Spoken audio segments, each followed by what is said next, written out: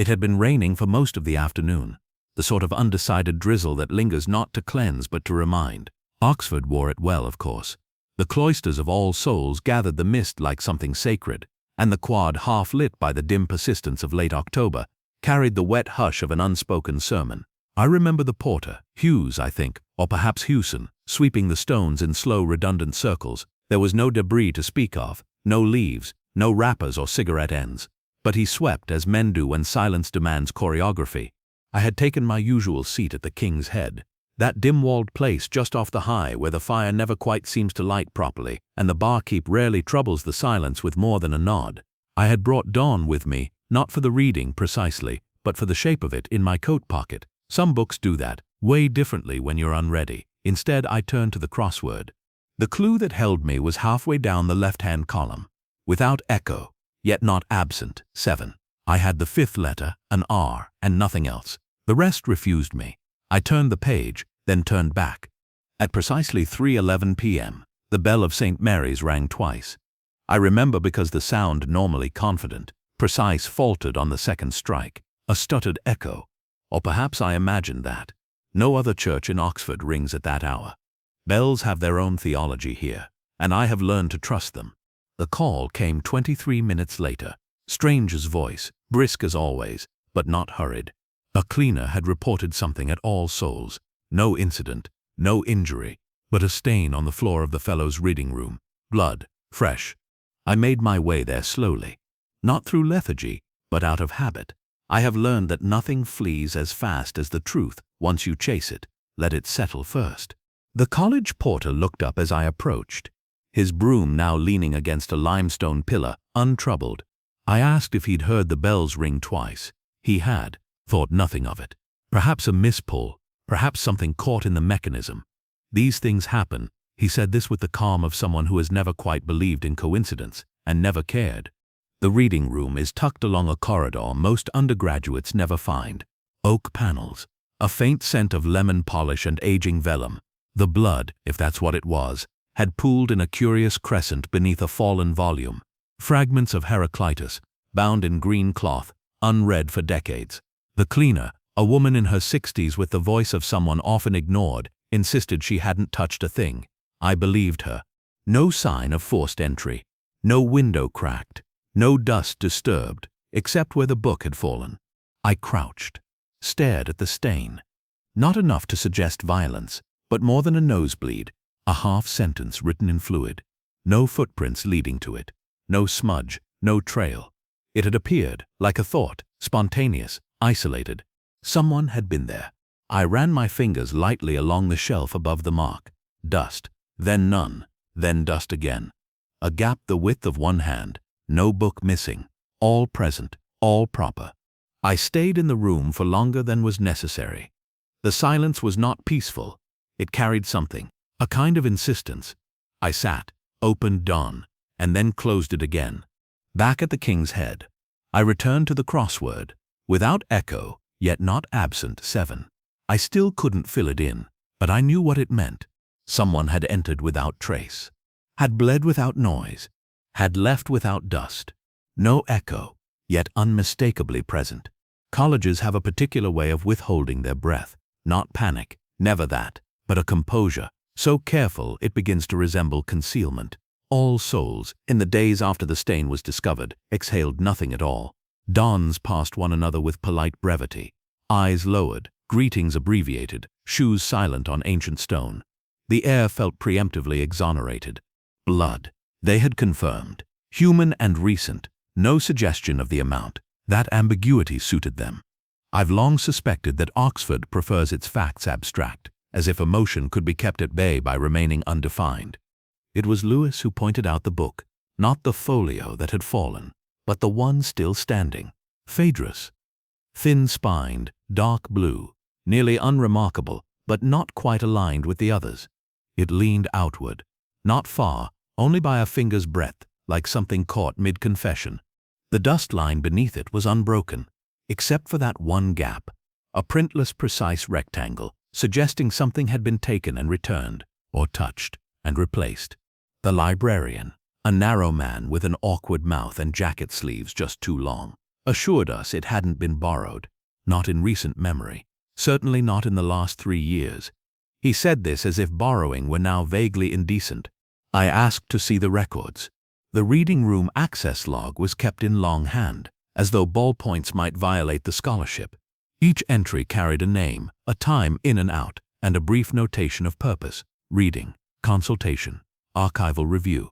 For 3 days prior to the stain's discovery, the book had lain unvisited. No students, no staff, just the cleaner.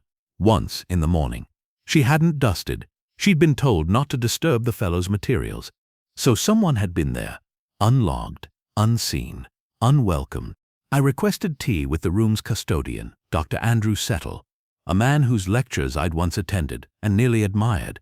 He opened the door to his rooms with the gentle irritation of someone whose solitude had only just begun to soothe him.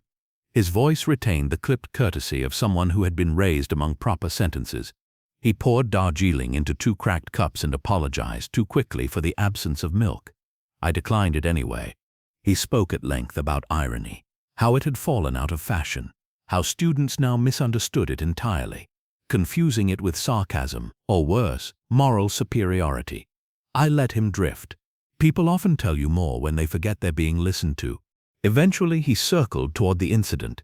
He had no theory, no sense of who might have entered the reading room. Certainly no memory of having gone there himself in recent days. He added, after a pause, that he had been unwell earlier in the week. A migraine, unusually severe, had taken to his rooms for 2 days, possibly 3. The timeline, you'll note, fit neatly, too neatly. He glanced at my cup, then back to the window. Said he remembered Rebecca Quain, of course. An impressive student. Troubled. Not his pupil, he said.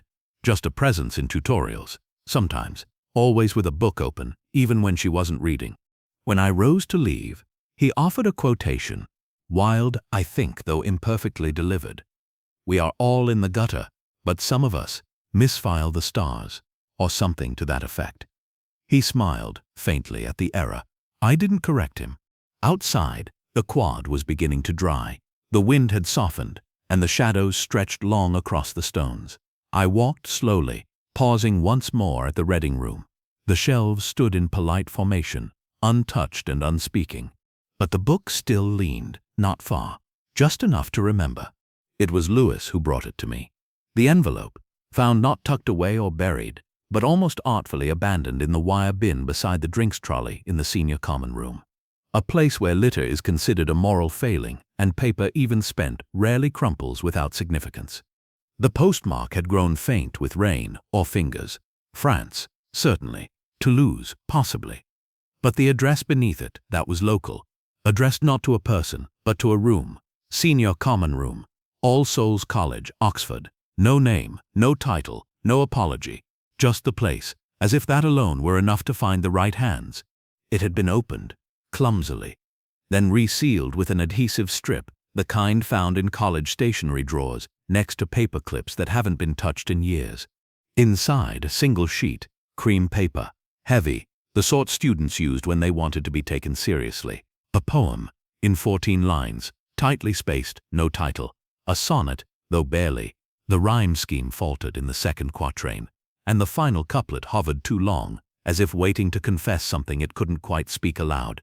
The poem was about concealment, a metaphor, loosely shaped, a painting turned to the wall, a letter buried under snow, a name deliberately misspelled in a footnote. The final lines were the most striking.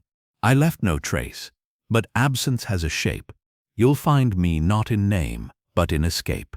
No signature, no date. I read it twice, then again slower. The language was raw in places, precise in others, that unevenness Morse. That's the mark of someone who writes not to impress, but to survive. I took it to Dr. Helena Vale, not for procedural reasons, but because she taught poetry the way some people play chess, with an unsettling sense that they already know which piece you'll move next.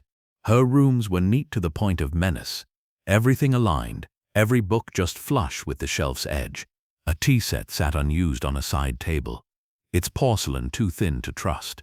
She took the paper from me without a word and read, twice. Her hands didn't shake, but the air around them did. Finally, she set it down, as though contact were no longer safe. This was written by Rebecca Quain. She said, "Not recently. 5 years ago. Maybe more." It had been part of an independent submission, not formally assessed. "A private workshop," she added, like someone confessing to a past indiscretion. I asked if she still had a copy. She did not. Students rarely asked for feedback twice. She stood by the window then, though there was no view, only a shuttered pane and the smudged reflection of a woman trying not to appear cornered. "You knew her?" I asked. "Knew of her," she corrected, which in Oxford usually means I knew her well enough to be afraid of what she might become. I asked about the plagiarism. "Ah," she said, "that." She didn't deny the accusation, but she didn't affirm it either. Said the evidence had been insufficient, that Rebecca had included passages in her thesis that echoed a contemporary article, that citation had been inconsistent, that nothing had ever been, her words now proven. It was that word, not its content, but its delivery, that betrayed her. It landed with a tremor, as if it had been rehearsed so often, it no longer sounded like English. I let the silence lengthen. She didn't fill it. The letter, I told her, had arrived only this week. French postmark, Oxford address. She said nothing, looked at the poem again, then folded it neatly, as if folding a flag. When I left, she asked whether I thought someone had found Rebecca. I told her I didn't think Rebecca had been lost. Outside, the air had changed, the rain had stopped, but the stones still wept. There are records that refuse preservation, not through accident, but quiet instruction. The thesis officially did not exist. Time, Truth, and the Unreliable Witness, a title that now feels less like scholarship and more like foreshadowing. I requested it through proper channels, knowing full well that the channels had long since been damned. The registrar was apologetic in the tone only Oxford manages, that delicate blend of ceremony and dismissal. Miss Quain's thesis had been withdrawn prior to examination, he said. No copy held in the Bodleian, no examiner's report, no viva scheduled. He consulted the screen, feigned surprise, scrolled without effect. No digital trace. The name existed. The work did not. Except, of course, it had existed. Dr. Vale confirmed as much, though not without reluctance. It had been submitted, she admitted, printed, bound. She recalled the cover color, slate gray, with a slight sheen. Rebecca had insisted on that tone, said it reminded her of withheld truth. Valified claimed to have failed the work on grounds of academic integrity, a phrase that always sounds curiously unacademic when spoken aloud. She could no longer recall which passages had triggered suspicion, but cited a general unease, language too mature, citations too neat. It had read, she said, as if it had been written not to explore an idea, but to erase a footprint. When I asked what had happened to the physical copy, she hesitated just long enough to confirm its importance. It had been removed from her office the following week. She assumed by administration, no record of withdrawal, no author's note, no appeal. It had simply gone. I spoke off record with a junior fellow who once taught Quain in first-year tutorials. She had been clever, he said, not brilliant, but sharply attentive. More interesting than gifted. He remembered she had a habit of annotating in red, not marginally, but in the text itself, as if arguing with her own ideas as they formed. Rumors, when approached delicately, do not announce themselves, but their refusal to appear is its own kind of confession. Several fellows I spoke to responded with a similar choreography, a faint smile, a shift in posture, a disclaimer, I didn't know her well, followed by a tightening of the mouth when I asked whether she had been involved with anyone. Dr. Settle, for his part, was categorical in his denials. He barely knew her. She had once emailed about a Greek translation. He could no longer recall which, and had attended a lecture or two, nothing else. And yet the photograph. It was Lewis who found it in a yearbook from one of the college's unflatteringly named Spring Histories, a May Ball 2019. Rebecca, foreground, alone in the center wearing green, a striking dress, not for its cut but for its defiance, not strapless but sleeved, not ornate but impossible to ignore. Her eyes held the lens not like someone being captured but like someone bearing witness. Behind her, unfocused, the edge of the crowd, laughter, champagne, the usual gloss, and just left of the page's crease, blurred but unmistakable. Settle, not mingling, not smiling, watching. When I showed him the image, he nodded. Yes, it was he. Pure coincidence. Had stepped out for air. Didn't realize the photo was being taken.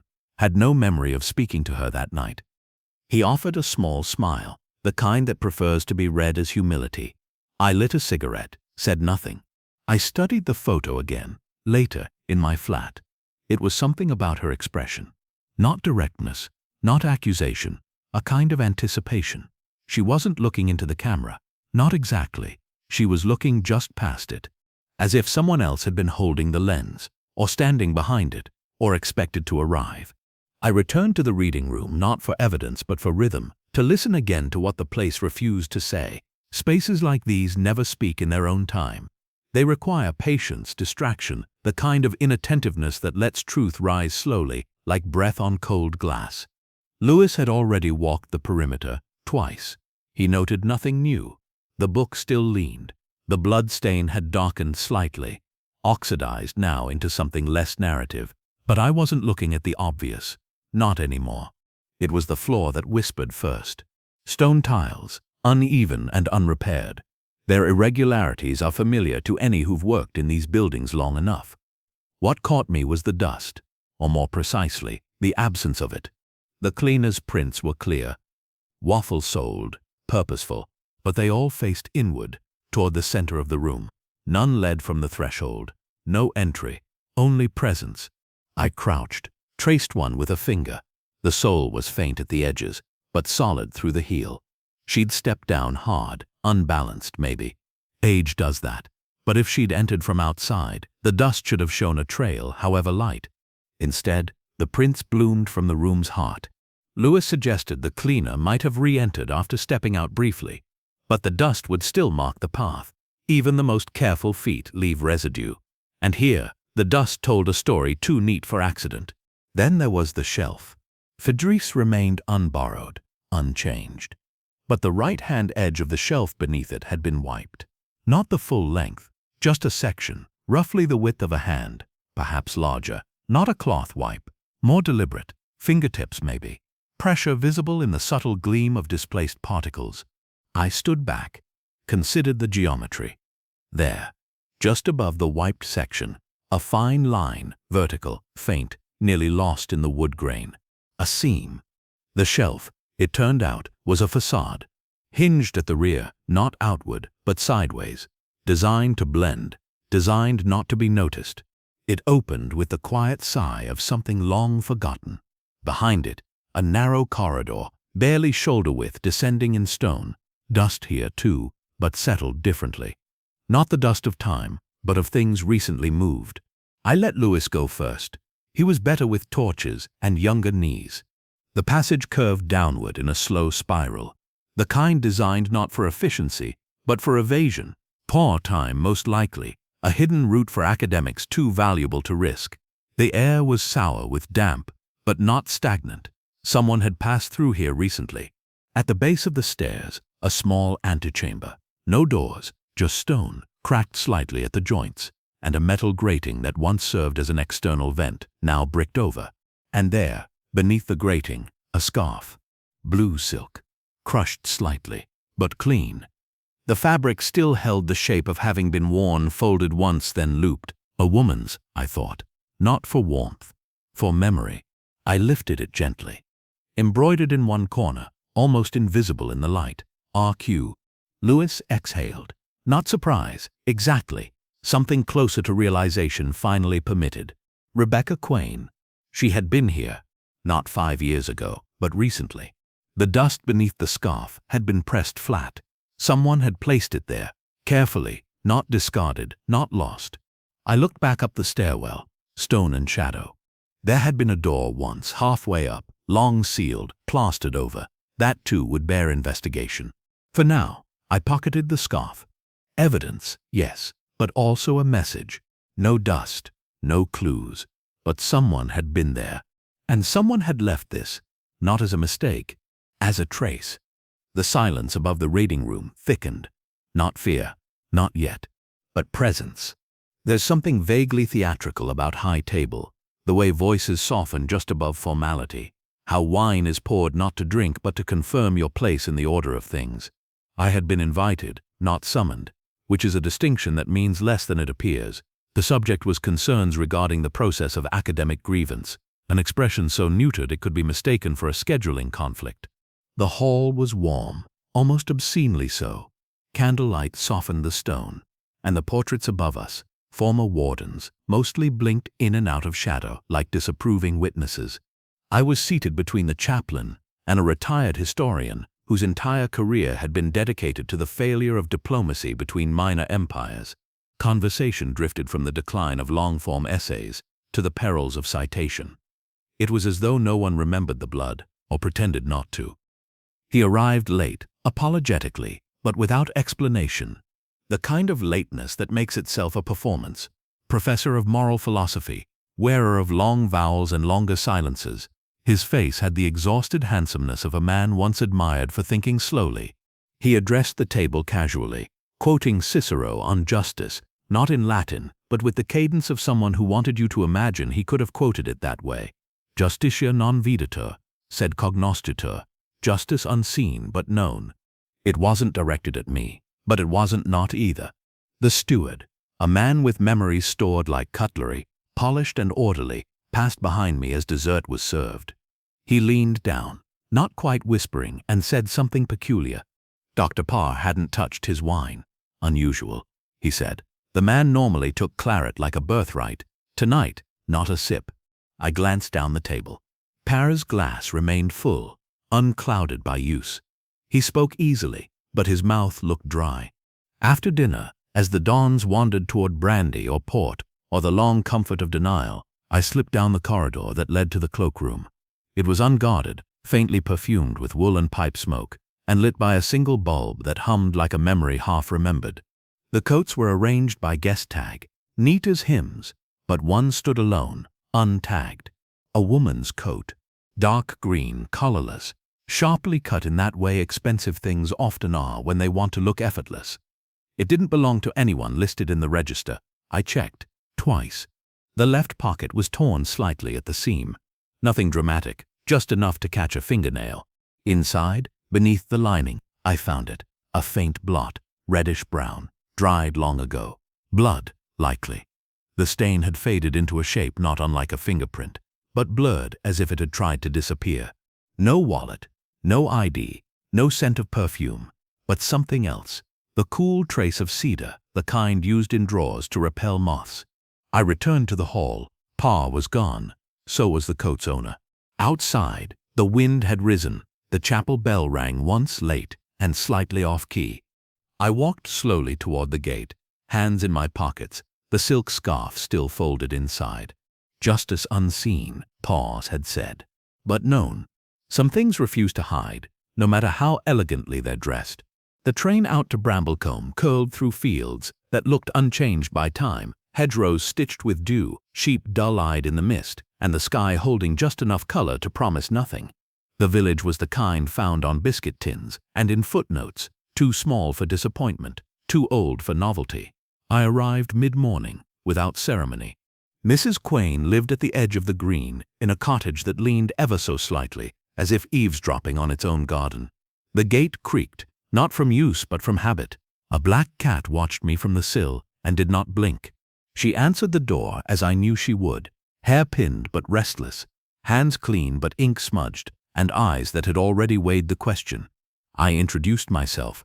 She said nothing, only stepped back and let the door stay open. We sat in what must have once been a study. Shelves sagged under teaching editions of Eliot, Bronte, a weathered copy of King Lear with entire passages underlined to exhaustion. She served tea, no sugar, no milk. The cup was cracked. "You believe she's dead," I said, not quite asking. She nodded, not in the way of someone who had decided, in the way of someone who had accepted being told. The official story was absence. The unofficial story was scandal, then shame. She didn't like Oxford, Mrs. Quain said. Too many minds pretending not to hear one another. She said it without resentment, as if memory, like grammar, could be corrected. I asked about the letter. She hesitated, not from secrecy, but the slow flicker of judgment, whether this would matter or merely disturb the dust. Then she stood, walked to a drawer, and returned with a small box, tied in blue ribbon, worn from repetition. Postcards. 12, maybe more. No names, no signature, each one written in a different hand, but the same rhythm, always in verse, obscure, intimate, at times almost academic. Lines from Rilke, Dickinson, one from Donne, misquoted, but deliberately. The last card bore no quotation at all, only the phrase "no dust, no clues." Oxford postmark, no return address. The handwriting was familiar, tight, almost disciplined, like someone trying not to be emotional. I passed the envelope to Lewis days ago, when he'd found the other. The match was near perfect. She held one of the cards longer than the rest. A fragment, 4 lines, undated. They say the truth is what remains, but silence holds the sharper shape. A name erased, a window closed. The absence speaks, the lock still knows. In the margin, lightly penciled, a correction. The word truth had been crossed once and replaced. Silence. A change, not of fact, but of intent. I asked when the last one came. She didn't recall the day, only that it arrived with no post on either side. A Thursday, she thought. It had rained. Did she believe they were from Rebecca? She paused, then sighed. Said something I've never quite forgotten. I don't know if they were written by her, she said, but they were written to me by someone who still needed her to be heard. She returned the postcards to their box and tied the ribbon again, though it no longer held. As I left, she asked a single question. Not "Is she alive?" Not "Have you found her?" She asked, "Was she afraid?" I didn't answer. Outside, the village was still, no bird song, just the wind, brushing the hedges like a breath not taken. Back on the platform, I unfolded the penciled card again. Silence, not truth. A widow's footnote, but perhaps the only honest one. There are moments when the past walks, not as memory but as shadow flickering in glass, elbowing gently through the crowd. Lewis said she was seen near the Bodleian, head down, a scarf drawn close. Not conclusive, not even convincing, but possible. And in cases like these, possibility is the most dangerous drug of all. The footage was poor. The camera caught only the back of her thin shoulders, too large a coat, the way she paused beside the Clarendon railings. Something in the posture.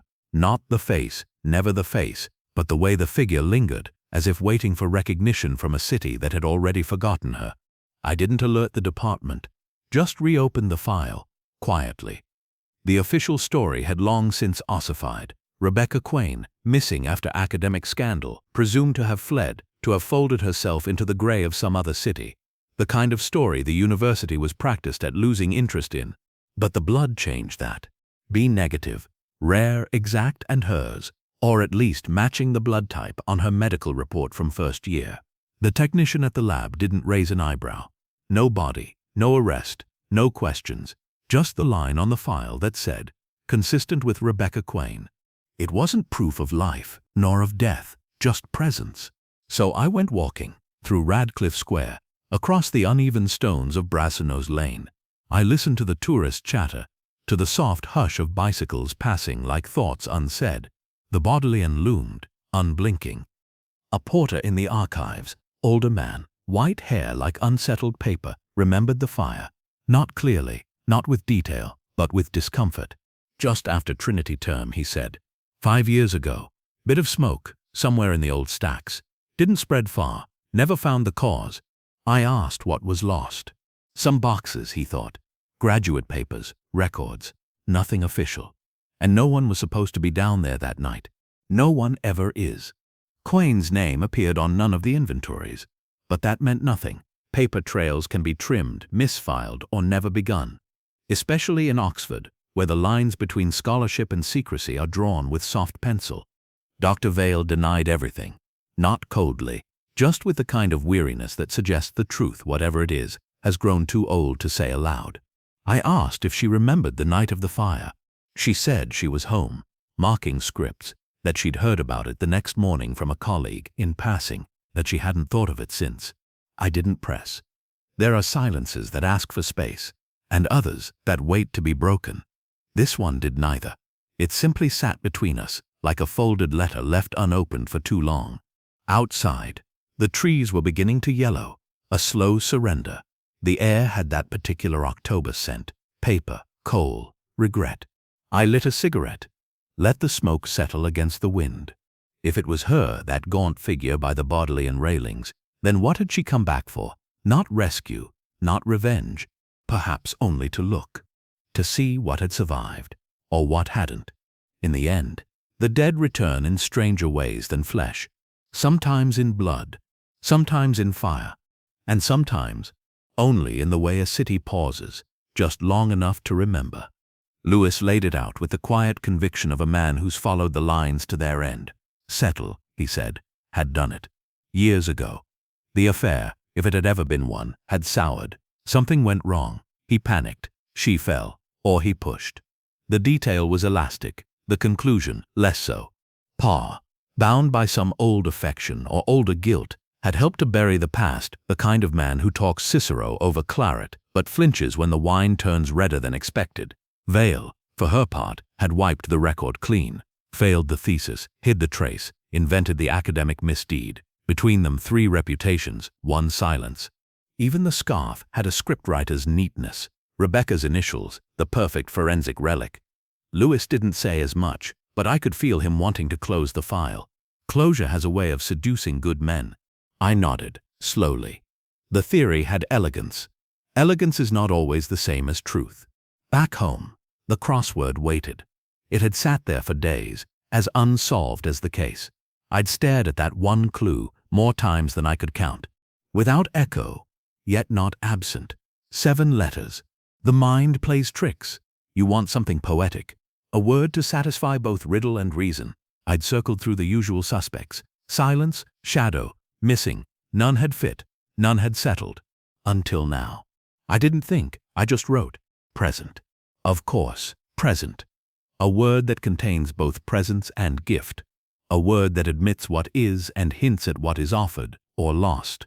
I let the pencil rest, and then returned to the thesis. Time, truth, and the unreliable witness.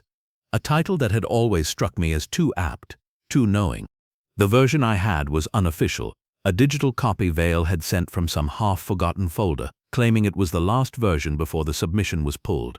It was littered with erasures, redactions, footnotes, torn mid-thought. But something had always caught me. The quote in Chapter 3, attributed to Marvel. No man is an island. That's not Marvel. That's Dane. Any undergraduate could make that mistake. But not Vale. Not Helena Vale, the woman who once corrected a colleague over the misplaced comma in a Latin translation of Ovid. She would never, not even in draft, have let that pass. Unless she hadn't written it. Or hadn't sent it. I returned to the envelope Lewis had fished from the bin weeks ago. The letter from France, the crumpled sonnet, the handwriting. Rebecca's voice was always measured, Vale had said. But that sonnet had been wild, undisciplined, emotionally off-key. Now this, a misattribution in a thesis allegedly withdrawn. Both carried a single flaw, the same kind of flaw, the kind a mimic makes, the kind someone makes when trying too hard to inhabit another's words. I stared again at the thesis. Was this even Quain's, or something else, something written after, a performance, a forgery, a version of her? Lewis, I knew, would not welcome this turn. Police work requires resolutions, but Oxford rarely offers them. Out in the street, bells chimed the hour with their usual indifference. Somewhere, someone was watching, or pretending not to. The scarf, the blood, the coat in the cloakroom. Each too obvious, each precisely placed. Sometimes the solution is false, not because it's wrong, but because it's too complete. I ran my finger along the line in the thesis again. No man is an island, except perhaps the one pretending to be. There is a kind of cold that lives beneath Oxford, not the weathered chill of stone cloisters or the damp breath of autumn through chapel glass, but something older, quieter, more enduring. It rises from the foundations, curls along forgotten steps, and settles like memory in the bones. We found her in that cold. The staircase, long sealed, yielded again to our return. Lewis leading with torchlight, I with something heavier, suspicion that no longer needed proof. At the base where dust softened into absence, a false panel gave way with a reluctant sigh. Behind it, a room, narrow, airless, not quite coffin, not quite cell. A portable typewriter sat atop a wooden crate. Beside it, a stack of notes, yellowing, A water jug, empty. One of those old paraffin lamps, turned low, casting its own weak breath against the walls. And her, Rebecca Quain, alive. She lay on a thin mattress, limbs curled inward like paper not yet opened. Her breath moved shallow beneath a scarf pulled across her mouth, the same blue silk now stained with time and silence. Lewis knelt, called her name. She didn't answer, but her eyelids flickered, a moth-light flutter of returning. Later in hospital, the facts unspooled without urgency. No police interviews, no formal charges, just a statement, offered more as confession than defense. She had done it herself. The disappearance, the silence, the blood in the reading room drawn from her own arm, with a carefulness that belied desperation. She'd left enough to suggest harm, not enough to ensure it. She'd wanted to be found, but not yet. The thesis, the forged letter, the carefully planted clues, each a message folded inside the next, hoping someone might read between. I asked her why. She looked at me, pale, older, but with that same unbearable clarity in her eyes, the one I'd seen in the photograph from the May ball, the one that had stared not at the camera but through it. Because they wouldn't listen, she said. Because a ghost is louder than a girl. It had started with the accusation, the plagiarism claim, vague, unsubstantiated, whispered between dawns over brandy. Vale had failed her, though privately admitted doubts. Parr, her lover, then had promised support, then withdrawn it, not all at once. Gradually, a word withheld here, an unanswered note there. Quain had vanished into the space between betrayal and refusal. The college, true to form, had waited politely for the scandal to evaporate, but she had remained.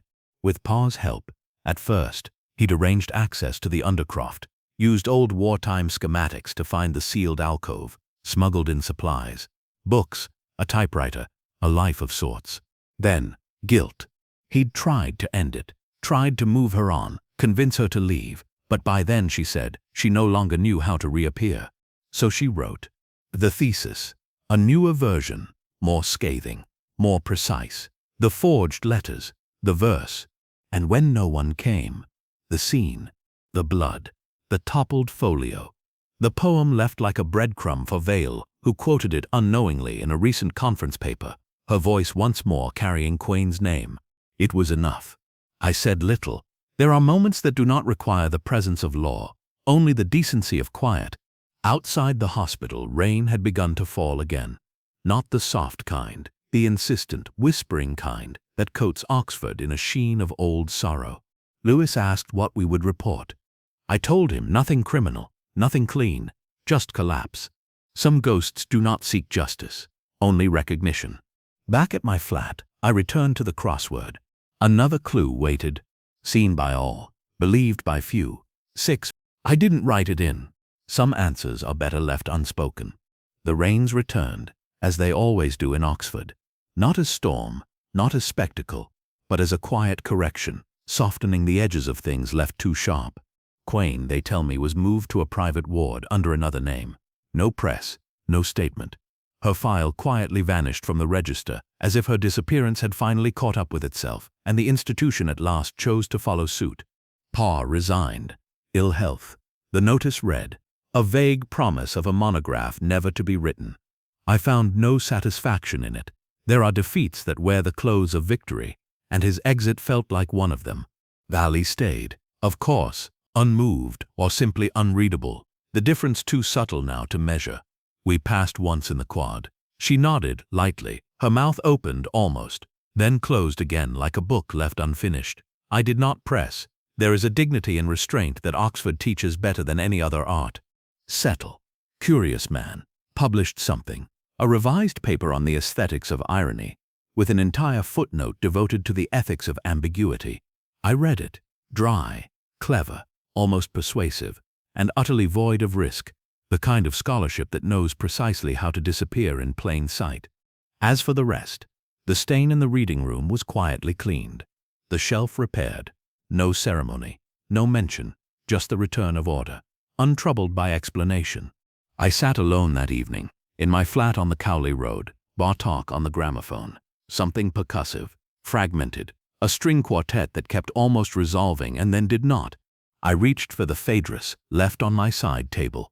The same copy I'd carried from the college, a library stamp inside the cover, dated 1961. No other markings, no borrower's name. I opened to the page she had once marked, a line now underlined, faintly, in pencil. Things are not always as they seem, nor are they otherwise. It felt less like a riddle than a resignation. I read it aloud. The room received the words without answer. I poured a whiskey just a little, the kind that warms without clarifying. Rain ticked against the window, that peculiar Oxford rhythm, like a metronome uncertain of its purpose. I opened the crossword. New day, new grid. One clue, top right corner. Truth, seen only in absence. 6. I stared at it. There were answers, of course. Always are. Phantom, shadow, echo. Each close, none true. I didn't write anything. Some truths I've learned are only glimpsed when you stop looking. I folded the paper. The room was quiet again. Just the rain. And the book, still open.